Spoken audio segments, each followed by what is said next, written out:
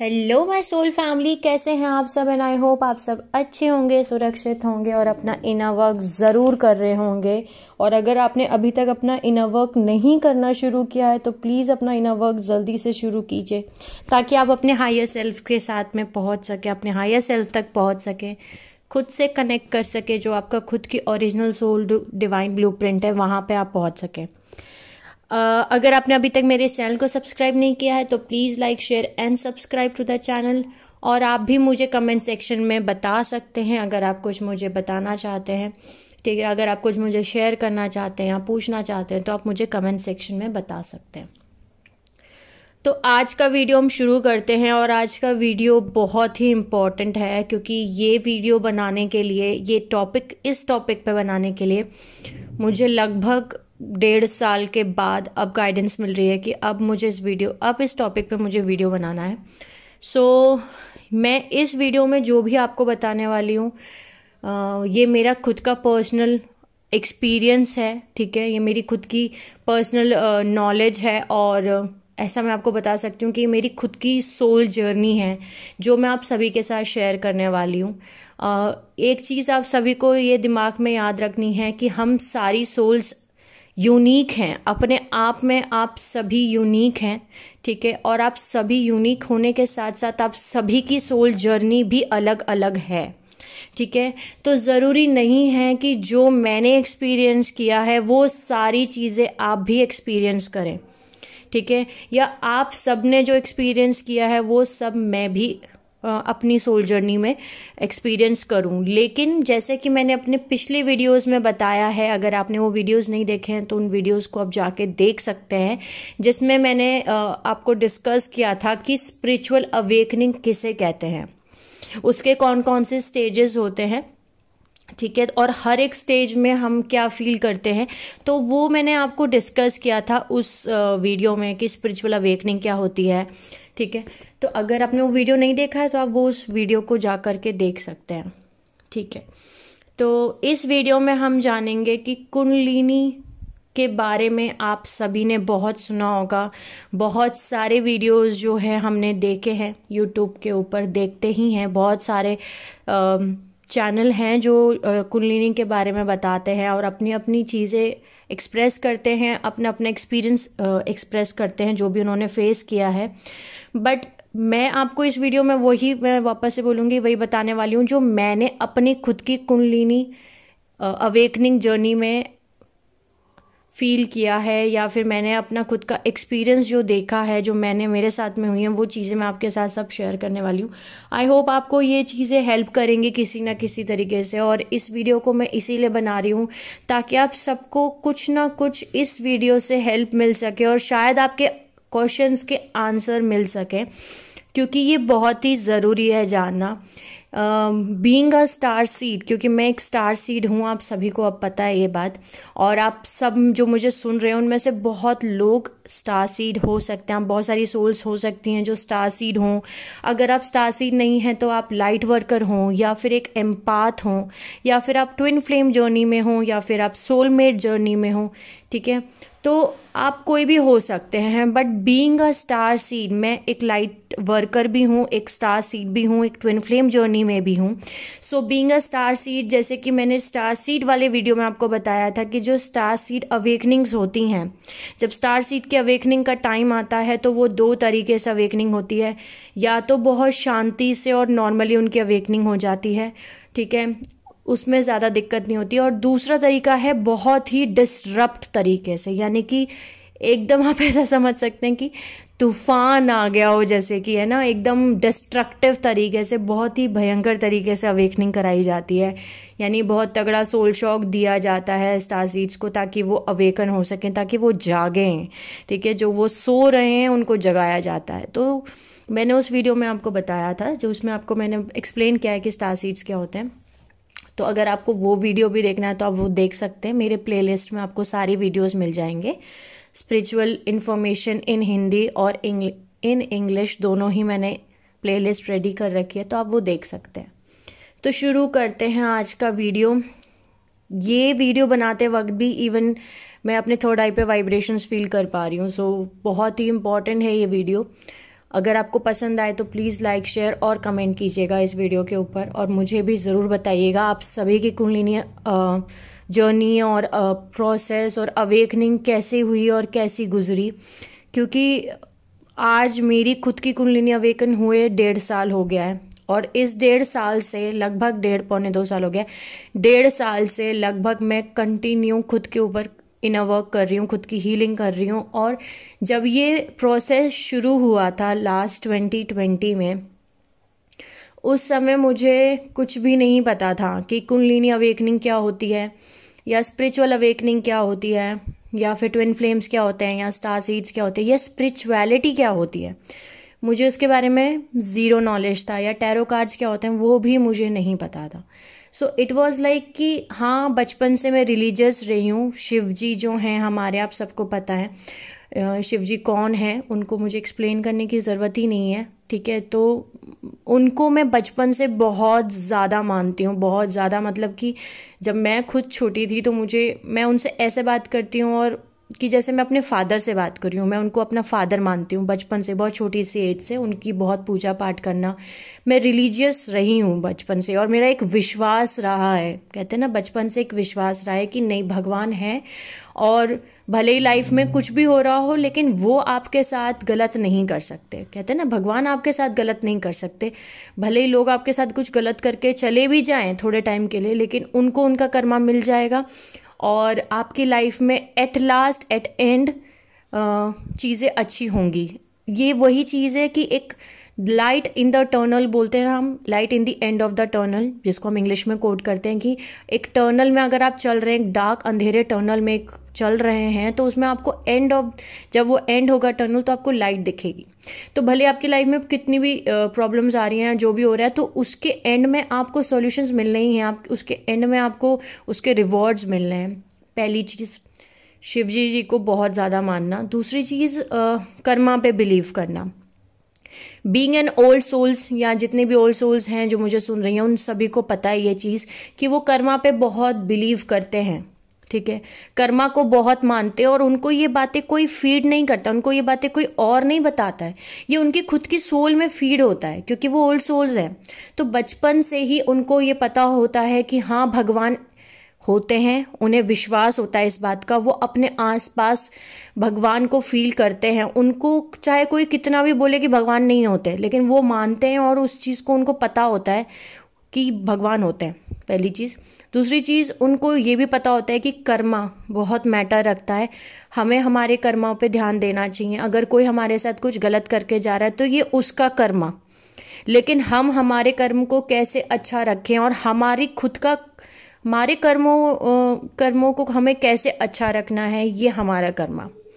और हम खुद को नहीं चेंज करते हैं, ओल्ड सोल्स कभी नहीं बदलती हैं, ठीक है। वो उनके साथ चाहे कोई कितना भी विश्वासघात करके चला जाए, उनको धोखा दे दे, उनके साथ बुरा करके चला जाए, उनको हर्ट करके चला जाए, उनके साथ कुछ भी करके चला जाए, लेकिन वो कभी भी अपनी खुद की क्वालिटीज़ को चेंज नहीं करती हैं। ऐसा नहीं होता कि अगर किसी ने उनके साथ कुछ गलत कर दिया तो अब वो बोलेंगे कि नहीं, उसने मेरे साथ गलत किया ना, अब मैं भी गलत ही करूंगा लोगों के साथ, मैं भी अब बदल जाऊंगा। तो वो बदलती हैं ही नहीं, वो अपनी क्वालिटी को नहीं चेंज करती हैं, ठीक है। तो ये ओल्ड सोल्स की क्वालिटी होती है।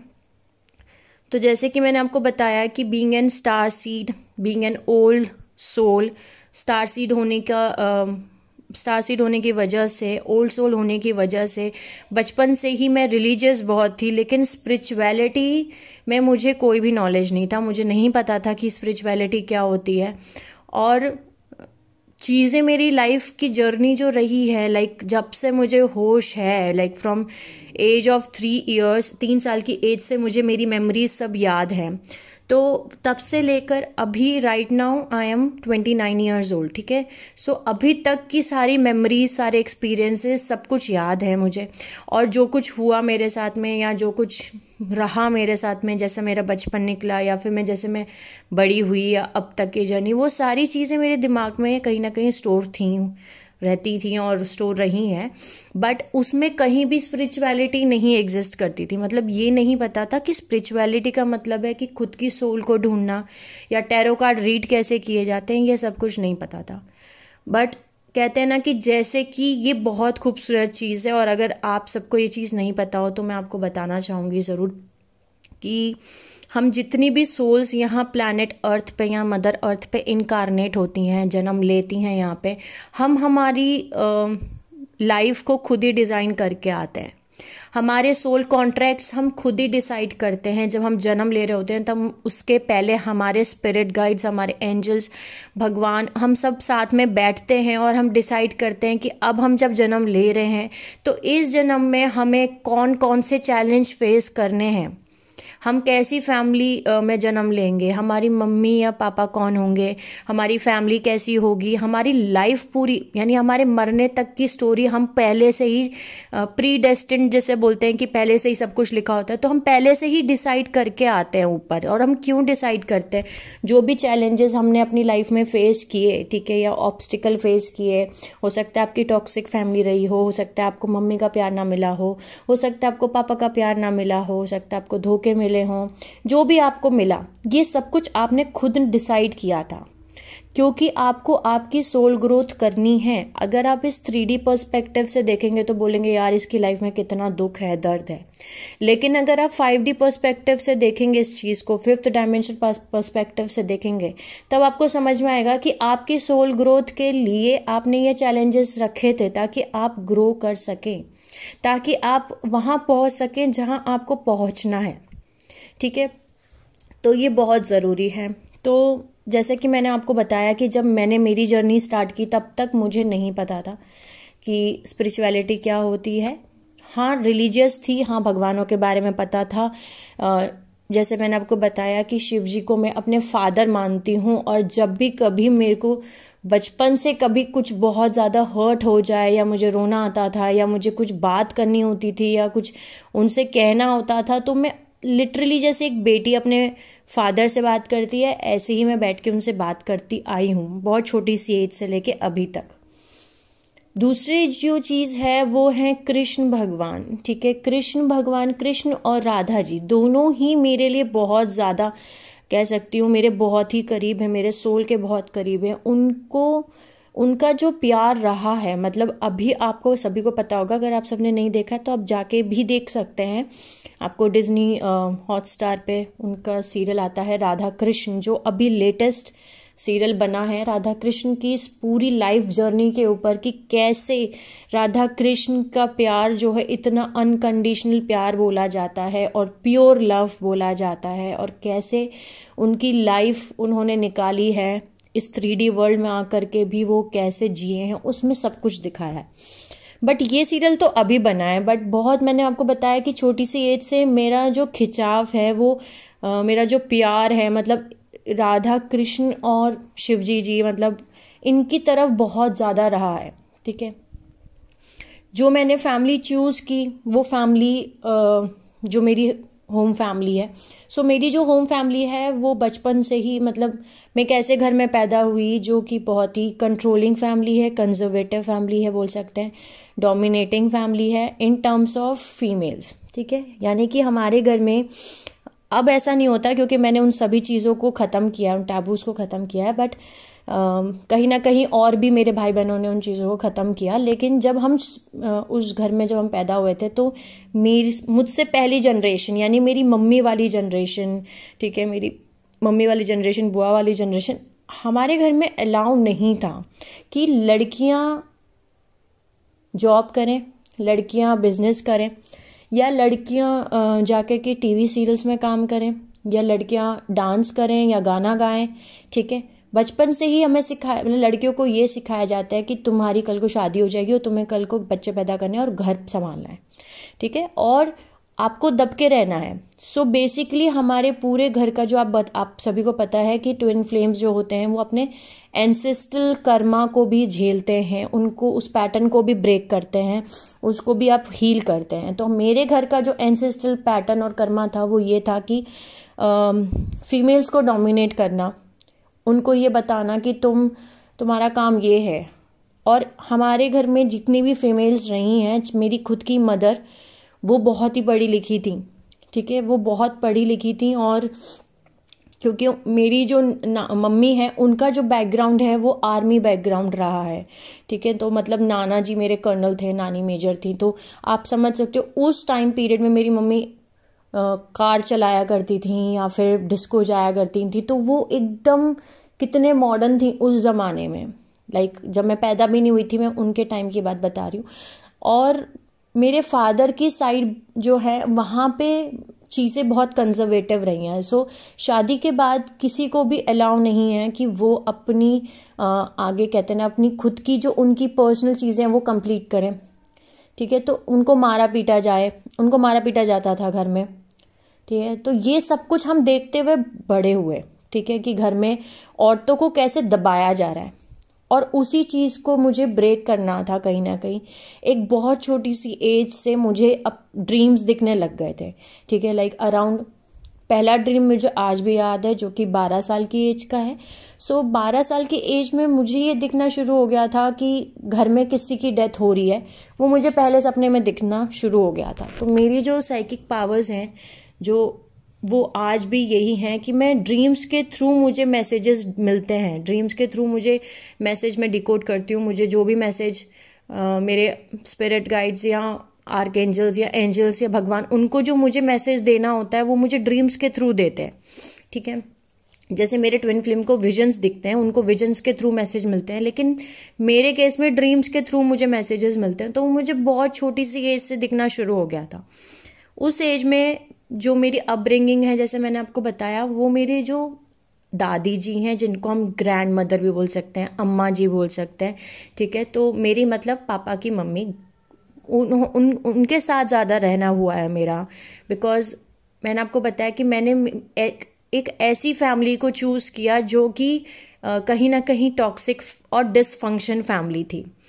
ट्विन फ्लेम्स ज़्यादातर डिसफंक्शन फैमिली में ही जन्म लेते हैं, ठीक है, in most of the cases, ठीक है। ज़्यादातर केसेस में वो टॉक्सिक फैमिली को ही चूज़ करते हैं, क्योंकि उनको वो पैटर्न, वो कर्मा जो जमा हो गया है उसको उनको ख़त्म करना होता है, उसको न्यूट्रल करना होता है।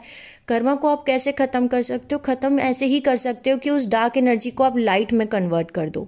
तो आज जैसे मैं स्पिरिचुअलिटी में लोगों को लाइट कन्वर्ट, उस कर्मा को मैं, उस डार्क कर्मा को मैं लाइट में कन्वर्ट कर रही हूँ, ठीक है। तो आप ऐसे करते हो। तो ज़्यादातर ट्विन फ्लेम्स जो होते हैं वो ऐसी ही फैमिली को चूज़ करते हैं जहाँ पे बहुत सारा नेगेटिव कर्मा जमा हुआ है फैमिली में। तो मैंने आपको बताया कि मैंने एक ऐसी फैमिली चूज़ की जो कि टॉक्सिक फैमिली है, ओके। टॉक्सिक फैमिली है और मेरी मदर जो थी वो मेंटली ठीक नहीं थी। बट अब जा कर के जब मैं अवेकन हो चुकी हूँ, जब सारी चीज़ें एनालाइज करती हूँ, लास्ट ईयर 2020 में वो एक्सपायर हो गए, तो अब जाके मुझे समझ में आता है कि वो मेंटली ठीक थी। मतलब उनको मेंटली कोई प्रॉब्लम नहीं थी, एक्चुअली उनकी भी अवेकनिंग हुई कहीं ना कहीं। लेकिन उस टाइम फ्रेम में स्पिरिचुअलिटी के बारे में उतनी नॉलेज ना किसी को थी और ना ही कोई इन्फॉर्मेशन इतनी अवेलेबल थी जैसे कि हम सभी के पास में अवेलेबल है। सो उनके पास में इंफॉर्मेशन अवेलेबल नहीं थी, और जो पावर्स उनके पास में थी, उनके पास पावर्स थी जो लोग मर चुके हैं वो उनसे कम्युनिकेट कर सकती हैं। तो उस चीज़ को लोग समझ नहीं पाए और उनको ऐसा लगा कि ये पागल है, ठीक है। क्योंकि वही सेम स्टोरी मेरे साथ भी रिपीट हुई है, वो मैं आपको और आगे जैसे आप बताऊंगी, ठीक है। तो वो चीज़ हुई। और एक चीज़ मैं आप सभी को बताना चाहूँगी कि ये जो मैं आप सबको बता रही हूँ, शेयर कर रही हूँ, वो इसलिए शेयर कर रही हूँ ताकि आपको इन सब चीज़ों से कुछ ना कुछ सीखने को मिले। और ये एक वीडियो एक पार्ट में नहीं बनेगा, तो मैं इसके पार्ट्स बनाने वाली हूँ, ठीक है। ये एक कंप्लीट वीडियो में कवर अप नहीं हो पाएगा। तो ये चीज़ मैं अब समझ सकती हूँ कि वो उनके पास में वो हील नहीं हो पाए, उनको वो रास्ता नहीं मिल पाया कि वो कैसे इस चीज़ पे काम करें। और कहीं ना कहीं जो है उनको कहते हैं ना पागल घोषित कर दिया गया, या फिर उनको बता दिया गया कि वो पागल हैं और उनका इलाज कराया गया, या उनको मेडिसिन्स दी गई और उनको इलेक्ट्रिक शॉक्स लगे और वो उसी चीज़ में रह गए। तो मैं और मेरा भाई, हम दो मतलब भाई बहन हैं, एक मैं हूँ बड़ी और मेरे से छोटा भाई है। तो हम दोनों को ही हमें पाला, हमारी जॉइंट फैमिली थी। तो मेरी अम्मा के ज़्यादा क्लोज रही हूँ मैं, उनके साथ ही सोना, उनके साथ ही रहना। और मेरी जो अम्मा थे यानी कि दादी जी जो थे, जो ग्रैंड मदर थे, उनका नाम भी कृष्णा था, ठीक है। तो वो बचपन से ही कृष्ण भगवान की बहुत बड़ी, मतलब ऐसे वो पूजा में शी वॉज वेरी रिलीजियस, बहुत रिलीजियस थी। वो भी लास्ट ईयर ही एक्सपायर हुई हैं अभी। बट वो बचपन से ही, मतलब जब मैंने अपना होश संभाला तो वो बहुत ज़्यादा पूजा पाठ करना और कृष्ण भगवान के बहुत ज़्यादा पूजा पाठ किया करती थी। ठीक है, एक आरती है जो मैंने सबसे पहले सीखी थी और वही आरती थी आरती कुंज बिहारी की, आपने सबने सुना होगा। ठीक है, तो बहुत प्यारी आरती है कृष्ण भगवान जी की, जो उन्होंने ही मुझे सिखाई थी। तो उन्होंने मुझे बहुत सारी चीज़ें सिखाई बचपन में। कृष्ण भगवान के बारे में वो कहानियाँ सुनाया करती थी। ठीक है, कि कैसे वो राधा जी से प्यार करते थे, कृष्ण भगवान ने कैसे गोवर्धन पर्वत उठाया था, बहुत सारी चीज़ें सिखाया करती थी वो। और शिवजी जी के बारे में भी वो बहुत कुछ बताती थी कि कैसे शिवजी और पार्वती जी ने उन्होंने मतलब वो कैसे मिले, कैसे उनकी शादी हुई और शिवजी जी कौन हैं, और ये सब कुछ वो बहुत सारी स्टोरीज मुझे मतलब बचपन में सुनाया करती थी।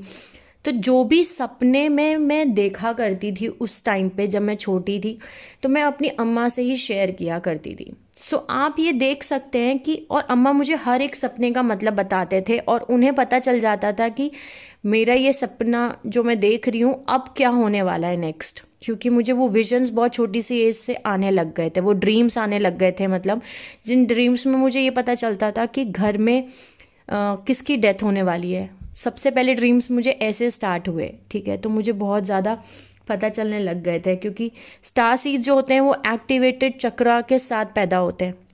जैसे कि आप सभी को पता है कि उनके जब चक्रास होते हैं वो एक्टिवेट होते हैं, एक्टिवेटेड चक्रा के साथ वो पैदा होते हैं। सो उन्हें बहुत कुछ समझ में आता है। तो अब आप ये देख सकते हैं कि हम जो जिस फैमिली को मैंने चूज़ किया था वो देखने से तो टॉक्सिक थी, राइट, कंट्रोलिंग थी, कहीं ना कहीं नार्सिसिस्ट था, डोमिनेशन था और कहीं ना कहीं औरतों को दबाना था। लेकिन उस घर की जो औरतें थीं, वो औरतें जो थीं वो नॉर्मल औरतें नहीं थीं। They were not the normal souls. वो नॉर्मल सोल्स नहीं थी उस घर की औरतें जो थीं, चाहे वो मेरी मदर रही हों, मेरी मम्मी रही हों या मेरी अम्मा रहे हों। ठीक है, तो वो लोग नॉर्मल सोल्स नहीं थी। वो कहीं ना कहीं डिवाइन फेमिनिन की एनर्जी रही है, कहीं ना कहीं वो एनर्जी थी जिसके पास पावर्स थी, साइकिक पावर्स थी उनके पास में। उनको पता था कहीं ना कहीं कि भगवान कौन होते हैं, वो विश्वास रखती थी उतनी, और वो उनके पास साइकिक पावर्स रही हैं। ठीक है, चाहे वो मेरी मम्मी है या फिर अम्मा है, उनको उन चीज़ों के बारे में कहीं ना कहीं नॉलेज और पता था। भले ही उस टाइम पे उनको ये नहीं पता कि स्पिरिचुअलिटी क्या होती है, क्योंकि इतनी इंफॉर्मेशन और नॉलेज नहीं अवेलेबल थी उस टाइम फ्रेम में जैसे कि अभी अवेलेबल है। पर मुझे एक ऐसी फैमिली मैंने चूज़ की और या मैं ऐसी फैमिली में मैंने जन्म लिया जहाँ पे भले मेरी जो दादी हैं वो मुझे ऑलरेडी इन चीज़ों पे विश्वास है, लेकिन वो मेरे विश्वास को और विश्वास करवा रही हैं। कि उन्होंने मुझे इस चीज़ को कभी नहीं बोला कि नहीं जो तू सपने देख रही है वो गलत है, ऐसा कुछ नहीं होता। आप समझ रहे हैं, ऐसा कुछ नहीं होता, ऐसे सपने होते ही नहीं है, या फिर तुम कुछ गलत सोच रही हो। उनको डिसरिगार्ड नहीं किया, उनको ऐसा नहीं निगलेक्ट नहीं किया गया, उनको मना नहीं किया गया। जो चीज़ें मैं देख रही थी, सपने देख रही थी, या मैं बचपन में बहुत ज़्यादा सपने में सांप देखा करती थी, जंगल देखा करती थी, पौंड देखती थी, ऐसा देखती थी बहुत घना जंगल है और सांप सांप सांप लटक रहे हैं, जो भी मैं देखा करती थी, तो वो सब कुछ वो एक्सेप्ट करते थे और उन चीज़ों का मतलब जानते थे, इसीलिए एक्सेप्ट करते थे और बताते थे। तो ऐसी फैमिली को मैंने चूज़ किया। तो मेरा खुद का ध्यान भी बचपन से जो है बहुत ज़्यादा पूजा पाठ में रहता था। मैं कुछ भी मुझे चाहिए होता था, बच्चे हैं हम तो ठीक है, ये मैं भले एक स्टार सीड हूँ और ये सब कुछ है, लेकिन बचपन से ही एक बहुत छोटी एज से ही मुझे ऐसा लगता था कि मुझे किसी से भी मांगने की ज़रूरत नहीं है सिवाय मेरे भगवान के। ठीक है, सिवाय शिव जी के मैं किसी से नहीं मांग सकती, और कोई मुझे कुछ दे सकता है तो वो सिर्फ और सिर्फ मेरे शिव जी हैं। ठीक है, मेरे पापा हैं, वो मेरे पापा हैं, और एक पापा को ऑलरेडी पता है कि उनकी बेटी को क्या चाहिए। तो वो मैं उनके सामने जा कर के ज़रूर बोला करती थी कि अब मुझे ये दे दो, मुझे एग्ज़ाम्स में ना बहुत अच्छे मार्क्स चाहिए, ये वो। क्योंकि मैंने आपको बताया कि बहुत स्ट्रिक्ट फैमिली में मैं पली बड़ी हूँ, जहाँ पे अगर आपके 90% मार्क्स नहीं आए तो रिपोर्ट कार्ड उठा के फेंक दिया जाता था हमारा। तो मैटर रखता था बहुत ज़्यादा। मैंने आपको बताया कि ऐसी ही फैमिली को मैंने चूज़ किया था। हाँ, जब मैं वापस उसी बात पे आ जाती हूँ कि 2020 में जब मेरी अवेकनिंग हुई, उस समय मुझे नहीं पता था कि कुंडलिनी अवेकनिंग क्या होती है। स्पिरिचुअल अवेकनिंग क्या होती है, या फिर ये मेरे साथ में क्या हो रहा है, या मेरे साथ में ये चीज़ें क्यों हो रही हैं, नहीं, कुछ भी नहीं पता, ज़ीरो नॉलेज। और ना ही मेरे आसपास ऐसे लोग थे जो मुझे ये बता सकें कि मेरे साथ में क्या हो रहा है। ठीक है, तो ये वीडियो मैं यहीं स्टॉप करती हूँ और मैं नेक्स्ट पार्ट में बताऊँगी इसके आगे की चीज़ें। सो आज के इस वीडियो में मैं आपको अब समझ में आया होगा कि इतना हम जान चुके हैं कि जब मेरी खुद की पर्सनल कुंडलिनी अवेकन हुई, उस समय मुझे ये नहीं पता था कि मेरी कुंडलिनी अवेकनिंग चल रही है, मेरी कुंडली जागृत हो रही है, या इसको कुंडलिनी बोलते हैं, या फिर इसको स्पिरिचुअलिटी बोलते हैं। ठीक है, या ट्विन फ्लेम्स होते हैं, या फिर स्टार सीड्स होते हैं, या फिर लाइट वर्कर्स होते हैं, एम्पाथ्स होते हैं, जो भी चीज़ें हैं, मुझे कुछ नहीं पता था। तो मेरी जर्नी ऐसे स्टार्ट हुई 2020 से। ठीक है, तो नेक्स्ट वीडियो में मिलते हैं और इसके आगे की कंटिन्यूएशन में। आई होप आपको समझ में आया होगा। और take care of yourself my soul family, sending you lots of love and healing and happy energies to my soul family. See you soon.